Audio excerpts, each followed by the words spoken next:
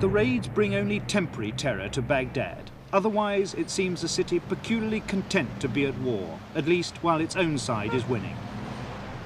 Only the foreigners have fled, thousands of them drawn to Iraq for the money, now deciding that a shooting war is no part of the deal. And then there's the chance to join in the war games, to cake your bus with mud so that a telltale glint from burnished metal doesn't betray your position to Iranian warplanes, even if the nearest you get to the front is a city bus stop. Baghdad seems positively to revel in the war. It's almost as if war is a natural state in the bazaars of Baghdad. Certainly the inconvenience of this conflict has so far proved minimal. There's no petrol shortage and the price is fixed at an envy-making 14 pence a gallon. So vast are their reserves that Iraqis say that the last 2 barrels of oil in the world will be theirs. A world away from the rigid orthodoxy of the Ayatollahs in Iran, a generation of modern Baghdad women shun the veil.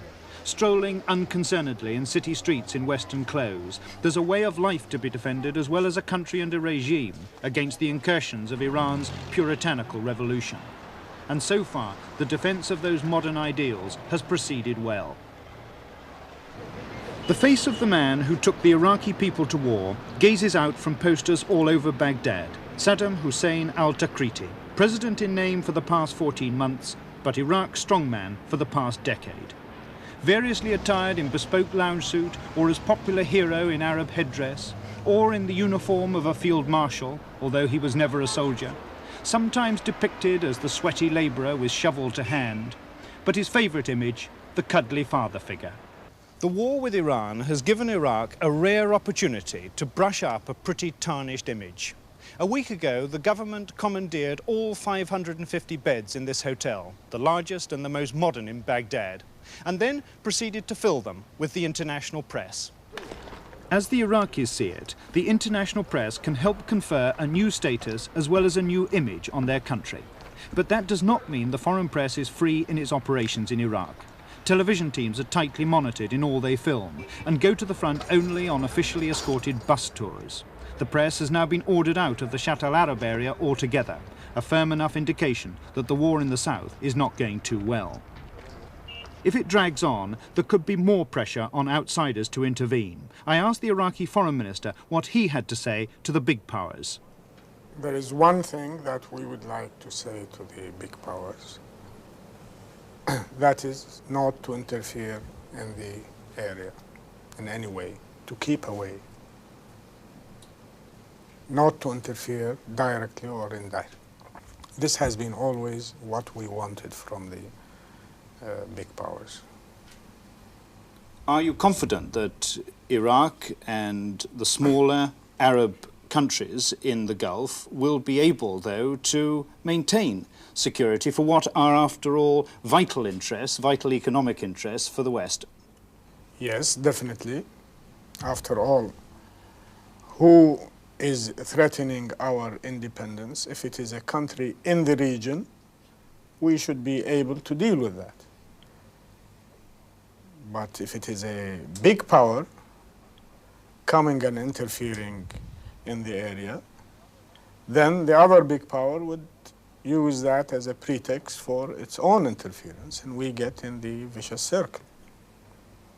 There were those, of course, who saw the vicious circle beginning with the Soviet intervention in Afghanistan, that this was a move that, in many ways, it was suggested, directly threatened the Gulf. Now, what's your view of that? The interference, the military interference of the Soviet Union in Afghanistan was a move which we had a position of. We said our position, we stated our position. You were opposed to it? Yes. But we also said that it should not be used as a pretext for an American interference in the area. It should not be used as a cover for a military coming back by the United States in the area. Apparently, the United States is not listening. They are spending efforts to come back in sort of naval and military facilities in Oman and Somalia. We believe that would instead of coping with the situation that would only aggravate the situation. With the collapse of Iran as a military power, don't you foresee Iraq playing a larger role in the security of this region? We are not involved in the security of regions in the way people speak about in the Western press. We have security responsibilities for the Arab countries. I don't know what do you mean by the region. Iran is responsible for its own security. Every country is responsible for its own national security. If there is any collective security which Iraq is a part of, that's the Arab collective security. Otherwise, I really don't know what is meant by regional security. Well, we're obviously referring to the Gulf, and your plans to expand the Iraqi Navy, for instance, surely suggest a rather larger role within the Gulf waters, within... To protect our independence, to protect the independence of the Arab homeland, so that we would not have a second case of the 3 islands. You know, the Shah just came and occupied the 3 islands. No one could do anything. It's a part of our homeland. He just occupied that.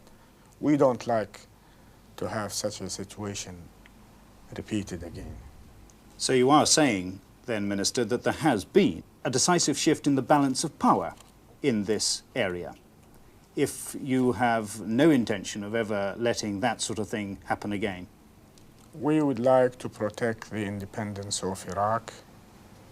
Any other Arab country on the Arabian Gulf, if its independence is threatened and we are asked to assist, we will assist. We feel that is our responsibility. That's the only responsibility we have in the area. That you would come to the aid of any smaller Arab country in the Gulf, for instance? Yes. Whether it had a problem with, a military problem with Iran or any other country? If it is an Arab country, no. A foreign country, yes. And in this region, that is likely, surely, to be the Iranians, principally, isn't it? It has been for the last 500 years. The threat always came from Iran.